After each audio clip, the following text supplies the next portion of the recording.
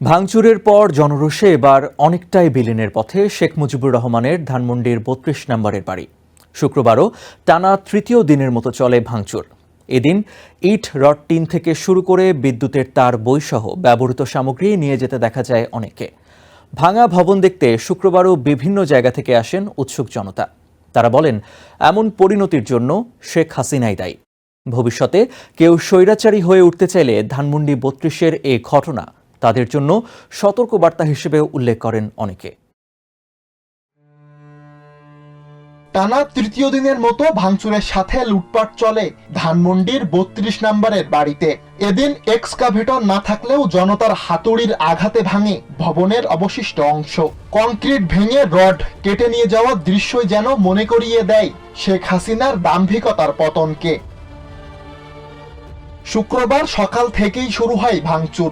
সময়ের সঙ্গে বাড়তে থাকে উৎসুক জনতার ভিড়। শুরু হয় ছড়িয়ে ছিটিয়ে থাকা অবশিষ্ট মালামাল ও লোহালক্কর নিয়ে যাওয়ার হিড়িক।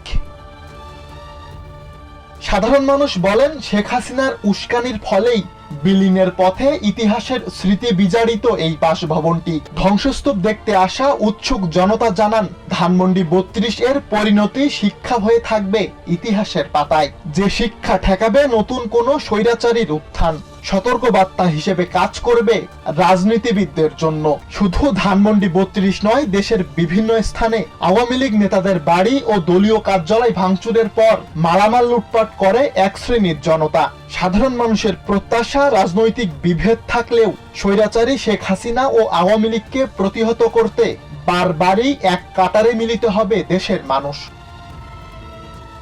সুলাইমান কবির, TVN 24 নিউজ ডেস্ক।